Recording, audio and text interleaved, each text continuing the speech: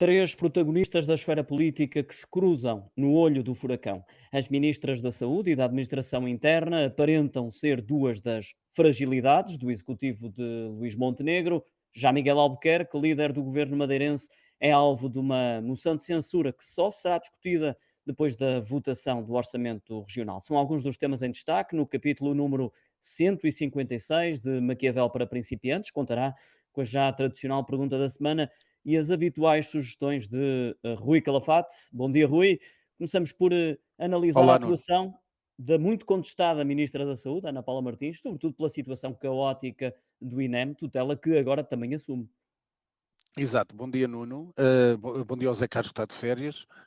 Bom dia a quem nos vê, a quem nos ouve. Agora, aproveito já antes de começar no coisa para começar a avisar do seguinte, até porque eu tenho várias pessoas depois que me perguntam, ainda hoje, ontem, então mas não gravas esta semana e tal. Muitas vezes não depende só de nós, depende da agenda de cada um de nós, somos três que fazemos isto, e portanto, mas a partir da próxima semana, eu já disse ao Nuno, ou ao Zé Carlos também, comunicarei, vamos passar a gravar sempre às segundas-feiras. Quando às segundas-feiras de manhã não for possível, eu não gravo nessa semana. Será assim muito melhor, assim é um compromisso para todos e para quem nos está a ouvir também já sabe que está lá. E se não estiver na segunda-feira, significa que vem na semana seguinte. Portanto, fica assim Fica esse avisado tudo e esclarecimento. até é melhor, Sim. assim já sabem que fica já, e não, e fica já marcado para todos.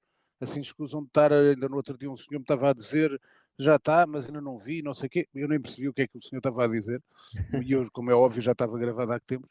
Mas, portanto, vamos a isso. Ora, sobre estes dois casos da saúde e do MAI, no caso da saúde, é óbvio que salta muito aos olhos de todos os portugueses a questão de haver mortes. A partir do momento em que há 11 mortes, até pode vir a ser 12, mas pelo menos 11 mortes já confirmadas, Associadas a atrasos por ao nível da emergência alegadamente médica. haver exato, ao nível de emergência médica, isso, de facto, epá, alerta as pessoas e, portanto, é péssimo. E aí tem a ver uma questão que é uma questão de responsabilidade política, como tu disseste há pouco, e é certo.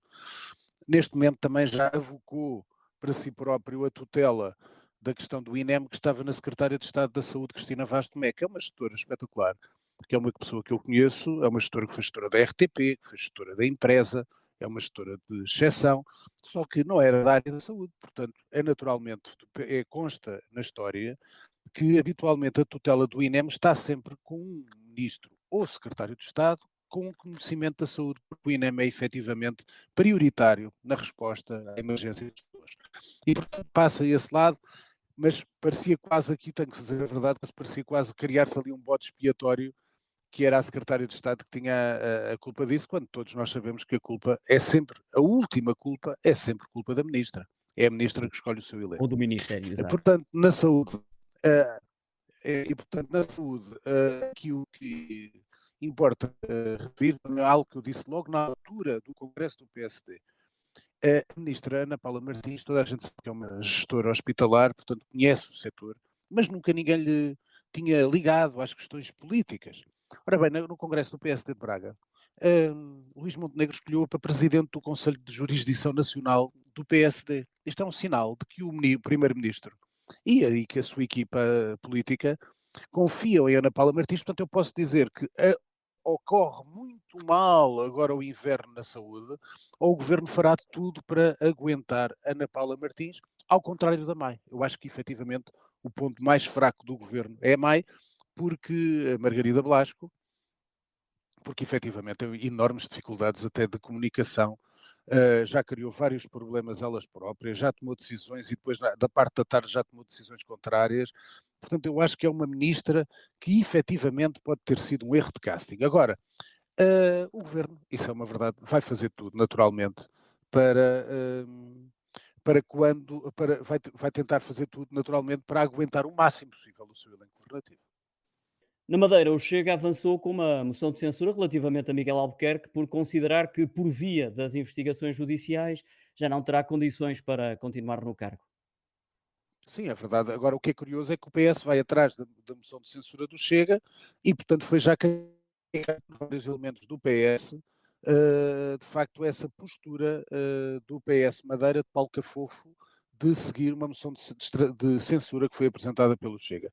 O JPP, Juntos pelo Povo, também já entrou nessa modalidade e, portanto, neste momento vamos ter outra vez uma moção de censura, vamos ter outra vez, provavelmente, um ato eleitoral na Madeira e vamos ter outra vez, provavelmente, Miguel Albuquerque a recandidatar-se e nunca mais saímos desta giga-joga da Madeira, porque, efetivamente, o grande problema, o busilis da questão, chama-se Miguel Albuquerque. E por isso que o PSD Madeira deveria fazer aqui alguma força no sentido de ver se havia uma solução para alterar Miguel Albuquerque, que é efetivamente, aqui neste momento, a pedra no sapato da região autónoma da Madeira. Recorde-se também que a discussão do orçamento da região para 2025 vai decorrer entre os dias 9 e 12 de dezembro, mas ficará sem efeito caso a moção de censura seja votada e aprovada antes dessa data. Ainda na atualidade política, polémica em torno de Ricardo Leão, figura proeminente do universo socialista, coloca em xeque a relação entre Pedro Nuno Santos e António Costa? Não, todos já sabemos que não há ninguém, que António Costa não morre de amores por Pedro Nuno Santos e, sobretudo, Pedro Nuno Santos não morre de amores por António Costa. Por isso, isto foi um problema que tem um problema a ver com posicionamento. Houve vários elementos do PS, nomeadamente Ascenso Simões, que defenderam as ideias de Ricardo Leão, presidente da Câmara de Louros, sobre a questão de uma moção, também de uma proposta apresentada pelo Chega sobre a questão da imigração, sobre a questão da violência que foi exercida e depois retirar-se o direito à habitação social prestada pela Câmara Municipal.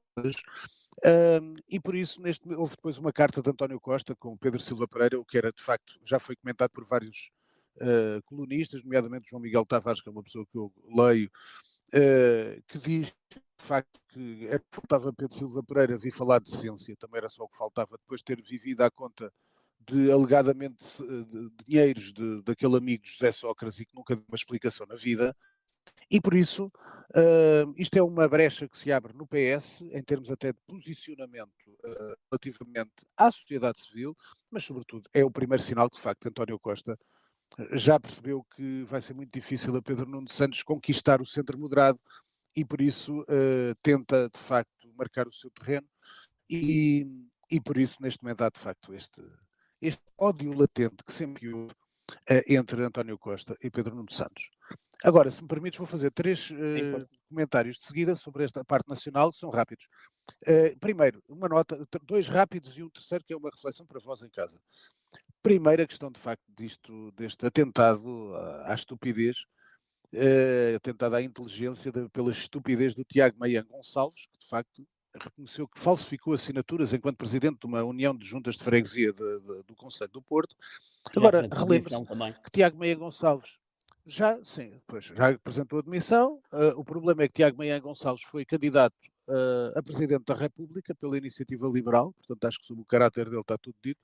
Depois agora pretendia ser líder da Iniciativa Liberal, naturalmente também já tirou a sua candidatura, e por isso neste momento sobra, naturalmente tem que haver inquéritos internos, mas como eu disse na CNN é muito simples a decisão a tomar com este senhor Tiago Maia Gonçalves, chama-se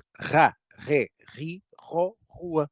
Portanto, é expulsar do partido, porque se não o expulsarem, é efetivamente a reputação da iniciativa Liberal, que é manchada, que é um partido moderno, que quer ser mais transparente, que quer impor novas práticas e, portanto, não pode ter este tipo de gente lá metida no meio. Duas notas mais muito rápidas, dar os parabéns, porque às vezes críticas. Um nome eu já tinha falado, porque tenho uma enorme estima por ele. Finalmente, o governo decidiu reconduzir, e bem, uma dos grandes funcionários públicos com grande mérito, talento e reconhecidamente competente por toda a sociedade portuguesa, que é o diretor nacional da PJ, Luís Neves, que foi reconduzido. Há que salientar e dar os parabéns ao governo por recomendar. E depois, para as secretas, é menos conhecido, mas como eu conheço, dar também uma nota muito positiva pelo Fernando Sereno, que é um grande embaixador português, é embaixador de Portugal no Japão e que agora vem para as secretas e que é também um excepcional de quem eu sou amigo, portanto, dar esta nota. Por último, uma pequena, eu acho que era importante, sobretudo quem nos ouve, relativamente, não é se calhar diretamente para quem nos ouve, mas para os seus pais, para os avós, porque eu tenho muitos jovens que ouvem aqui este espaço. Ora bem, saiu aqui uma notícia onde o Governo, o Estado, introduz mudanças nos certificados da Forro. Ora bem, eu chamo a atenção porque estes certificados da Forro não são estes que estão a ser comprados, são aqueles que dão mais juros, são aqueles que dão mais dinheiro, digamos assim, a prazo a quem os investiu, que são as duas, é um de 1960 e outro de 1986, por isso é que eu falo para pais e avós dos que nos estão a ouvir, porque provavelmente muitos não têm esse. Isso vai acabar. Ora bem, isto vai acabar, é assim, as pessoas não se podem esquecer que o certificado da Forro é um investimento pessoal, sem dúvida, de quem o faz, mas é um apoio ao Estado, é um apoio ao financiamento do Estado. Esta é a realidade. Portanto, o Estado financiou-se com o nosso dinheiro e impôs regras naquelas alturas, que são os juros que paga, essas regras devem ser mantidas. O que o Estado está a fazer agora, através do IGCP, é querer cortar nos juros desses certificados de aforros, que eram juros, de facto, bastante interessantes para quem investiu neles em 1960 e 1986. Portanto, avisem, por favor, os vossos pais e avós, porque vai haver novas regras. Aquilo depois vai ter uns anos para depois refazerem uma nova conta e passarão a ser escriturais e abre porta a novas séries com características distintas, mas esse juro vai ser perdido. Portanto, fica aqui o aviso para efetivamente avisarem quem de direito, que são os vossos pais ou avós, com este tipo de produtos financeiros que vão levar uma cacetada enorme e depois, se não forem respondidas quando o Estado os contatar, pode passar para dentro para o Estado. Portanto, chama a atenção disso. No plano internacional, Rui, nos Estados Unidos, depois da vitória de Trump, Biden recebeu o novo presidente na Casa Branca e prometeu uma transição suave. Sim, isso é importante. Primeiro, como todos nós sabemos, isso tem que se dizer, Donald Trump não aceitou os resultados em 2020 e agora vai um democrata que é naturalmente, até depois de ser completamente sovado em campanha por Joe Biden, esteve ali à lareira com ele, cumprimentou, desejou-lhe com certeza as maiores felicidades e fez uma evolução na continuidade. Agora, o que nós estamos a ver da nova administração, primeiro é outra coisa. Já faltavam ainda alguns resultados, quer dizer, Donald Trump fez quase o pleno dos swing states e, portanto, ainda maior é a derrota de Kamala Harris. Portanto, é isso que fica muito saliente. Depois, dois dos nomes principais e competentes que tinham feito parte da administração de Trump não foram escolhidos. São eles, Nikki Haley e o Mike Pompeo. Porquê? Porque houve uma altura em que chegaram a criticar Donald Trump. Portanto, neste momento, Donald Trump está a escolher pessoas da sua inteira confiança, falcões, como todos os jornais dizem, etc. E, por exemplo, até acho piada como secretário de Estado Marco Rubio, a quem ele chamou na campanha de 2016 Little Marco. Portanto, se forem ver, portanto, houve aquela questão dos dedos e o Marco Rubio atacou forte e feio também Donald Trump, agora fizeram as pazes. E quero dar também uma nota final muito interessante, é que de facto essa derrota de Kamala é sobretudo, como algumas, cada vez mais cresce nos jornais estrangeiros, que em Portugal isso não existe, como é óbvio, foi das maiores derrotas da família Obama, que foi quem esteve por trás da saída de cena do presidente Joe Biden e da imposição de Kamala Harris, que, como eu disse na altura, no tempo certo, primeiro até no Maquiavel para principiantes, foi ungida pela esquerda europeia e pelo politicamente correto como a Santa da Ladeira e foi provavelmente uma das piores candidatas de sempre à presidência dos democratas, provavelmente só ao nível, a meu ver, do Michael Dukakis desde 1960. Foram muito piores os dois do que o Walter Mondale, que muita gente aponta como o pior e que não era. Na vizinha Espanha, vivem-se dias complicados, sobretudo em Valência, onde ainda se contabilizam os danos provocados pela tempestade Dana, que matou também cerca de 200 pessoas. É verdade, até porque cada vez vai saber duas coisas que acho que belisca toda a comunidade relativamente a determinadas figuras. Portanto, o Pedro Sánchez, na altura em que ocorreu a catástrofe em Valência, estava em Hollywood, estava na Índia com a mulher a sorrir em Bollywood, que é, como sabem, uma grande máquina de produção de filmes indianos ao nível de Hollywood. E por outro lado, Carlos Mazzon estava a almoçar como jornalista. E, portanto, passado este tempo todo, mantêm-se todos no mesmo cargo, sobretudo o presidente da comunidade valenciana já devia ter posto o cargo à disposição, naturalmente. Têm sucedido, como visto ontem, ainda também enxurradas em Málaga, também uma coisa, inundações brutais. Portanto, Espanha está ali naquela parte sul, a ser assolada por estas intempéries, coisa que é algo que um dia pode calhar a nós. E, portanto, nós temos que ver o que está a acontecer ali em Valência e ver se de facto depois temos meios para ter capacidade de responder se acontecesse um dilúvio. Voltou a estar sob aviso vermelho hoje, devido ao mau tempo, mas felizmente não houve nada de grave. Da Alemanha trazemos o colapso da coligação governativa que faz com que o país vá a votos em fevereiro do próximo ano. É, a questão é que, de facto, a partir do momento em que Olaf Scholz demitiu o seu ministro das Finanças, o Christian Lindner, líder do Partido Liberal Democrata, ou FDP, que neste momento nas sondagens está abaixo de 5%, e como devem saber no sistema alemão, partidos abaixo de 5% não têm lugar no Bundestag. Portanto, neste momento, eu posso dizer que as sondagens mostram que a CDU está à frente, e está à frente com 32%. O segundo partido, portanto, a CDU, o principal partido da oposição, a alternativa para a Alemanha, a AfD, Partido de Extrema-Direita, é o segundo partido com 17%, e a SPD do Olaf Scholz está apenas com 16%, sendo que neste momento decorre uma grande controvérsia dentro do SPD sobre quem deve ser o candidato a chanceler alemão. Ou manter-se Olaf Scholz, tem sido um chanceler fraquíssimo, ou o seu ministro da Defesa, Boris Pistorius. Portanto, vamos ter eleições a 23 de fevereiro, mas até lá a Alemanha vai ter muito que dar a volta, sobretudo quando nós sabemos que está a haver uma enorme crise na Alemanha, tem havido uma enorme tempestade que tem provocado uma recessão na economia alemã, nomeadamente na sua indústria automóvel, e isso abordei na semana passada. Rui, passamos agora para as habituais sugestões culturais desta semana. Muito bem, então, as sugestões, primeiro, chamar a atenção que morreu o Quincy Jones, já passou há algum tempo, mas na semana gravámos antes dele ter morrido. Quincy Jones foi um músico, foi um enorme, genial produtor de funk e soul, de jazz, e, portanto, nomeadamente com Michael Jackson, com Frank Sinatra, portanto, totalmente diferentes.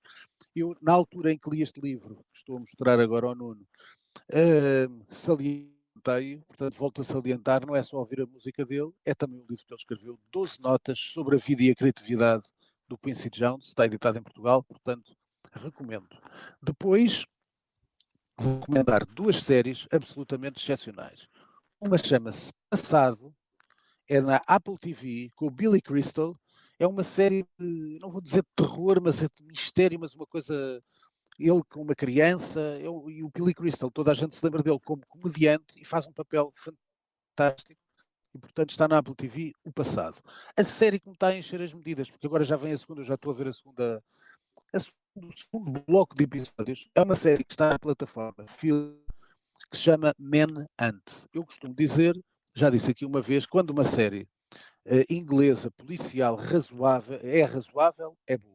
Quando uma série inglesa policial é boa, é muito boa. E quando é muito boa, é excelente. Ora, esta série, o Manhunt, que é baseada em factos reais e até contada pelo o detetive, pelo inspetor que as fez, esta é a segunda, The Night Stalker é a segunda fase, são 8 episódios no total, vivamente, porque esta série é absolutamente espetacular no sentido de não tem nada a ver com grandes luzes de câmara, com grandes crimes, não. É a ação policial, detetivesca, calma, tranquila, e depois grandes atores ingleses, como é natural. Depois, um livro e depois a minha colheita, que eu mostrei nas redes sociais. Este livro também já pus, que é o segundo volume de uma trilogia que é sobre a conquista do poder de Júlio César. Este é o Maldita Roma, porque esta é a edição portuguesa. Eu já li a trilogia. Eu já li a trilogia que foi um enorme sucesso em Espanha, eu li a trilogia em espanhol. Este é o segundo volume que está a ser editado em Portugal. Mandou uma asa e, portanto, eu faço sempre referência e agradecendo os livros que me enviam, apesar de eu, neste caso, já ter lido a trilogia em espanhol. Depois fui fazer a minha colheita à livraria da Travessa, portanto, livros e revistas brasileiras, portanto, Mas é revista costume. Piauí, a 451, que é de literatura, e depois 4 livros que eu faço questão. Rio Sangue, do Ronaldo Correia Brito, Agora três coisas mais conhecidas. Para quem se gosta, eu sou um grande leitor e gosto muito de ler sobre televisão e sobre criadores de televisão, nomeadamente novelas. Eu recomendo um livro, foi do início deste ano, é um dos melhores livros deste ano. São as Memórias do Gilberto Braga, que foi um grande criador de novelas, daqueles da minha geração, lembram-se do Dancing Days, etc. E, Conheço. portanto, esse livro é fantástico. Comprei agora, porque vi lá em cima, lá na Livraria da Travessa, Sabe, me perdoa, do Aguinaldo Silva, outro criador de telenovelas, e, portanto, foi o autor da Tieta do Agreste, portanto, podem lá ir ver que está lá à venda. Outro livro, ainda estão todos fechadinhos aqui de plástico. Este é um grande autor de biografias brasileiro, que é o Lira Neto, fez a grande biografia do Túlio Vargas, que tem 3 páginas, da Marisa, e esta é uma das grandes figuras, que muitas novelas do Sertão falavam dele, que era uma das grandes figuras do Sertão, poder, fé e guerra no Sertão, que é o Padre Cícero. Toda a gente falava do Padre Cícero. O Padre Cícero era uma grande figura do Sertão. Portanto, isto é a biografia do Padre Cícero, do Lira Neto. E para terminar, um grande autor de biografias e um grande escritor brasileiro, que é o Rui Castro, sobre o ouvidor do Brasil, chama-se o livro, 99 vezes Tom Jobim. E, portanto, acho que são grandes sugestões. O Aguinaldo Silva tem, o Padre Cícero também estava lá em Monte, e o ouvidor do Brasil está aqui na Montra. Portanto, é natural que passem pela Livraria da Travessa, ali na Rua da Escola Politécnica, e podem ver estas pérolas que são bastante importantes para quem gosta destas coisas. Quanto à pergunta da semana, Venha daí. eu deixo apenas uma pergunta. É quando é que para de aumentar o valor das casas e das rendas? É algo que é perfeitamente insustentável. Isto é, nós temos um país onde ou queremos vender tudo a franceses, como está a acontecer, ou brasileiros ricos. Agora, nós continuamos, a verdade é esta, continuamos com habitação à venda com os preços mais caros da Europa. As rendas continuam a subir. Depois fala-se de que há crise na habitação, porque não se constrói. O problema é que quando se construir, ou é construção a custo controlado e pelas câmaras municipais, ou então se não é custo controlado. Passado um tempo, uma pessoa vai lá comprar uma casa a custo controlado, passado 2 semanas vende-a com o preço de mercado. Esta é a realidade. Portanto, quando fizerem a questão da questão da habitação, nem ninguém falou disto, tem que haver um travão a quem compra casas de custo controlado deve ter um período em que não as pode vender. Porque senão estamos a fazer habitação para depois a vender e a dar a quem diz que precisa para a seguir venderem a preço de mercado. E, portanto, continuamos sem habitação. Isto vai acontecer. Portanto, acho que é na altura para fazer esta pergunta, quando é que se pensa realmente nesta questão, porque é preciso habitação. Todos dizem que habitação não é só um problema português, é um problema europeu, um problema americano, foi tema várias vezes na América, nestas eleições americanas. Agora, depois é a questão da especulação. Portugal, quando tem um mercado especulador completamente em ebulição, é natural que é muito difícil que os custos controlados depois as pessoas não tenham a tentação de vender a casa por mais 150 mil ou 200 do preço de custo controlado que é vendido no mundo, se pensa, garantido pelas câmaras pelo governo. Portanto, é tempo de pensar nisto. Fechamos assim mais um capítulo de Maquiavel para principiantes. Obrigado, Rui. Regressamos na próxima semana. Este podcast é da autoria de Rui Calafato, contou com a condução e edição de Nuno Braga. A música está a cargo de Casper. Fechamos o manual. Até para a semana.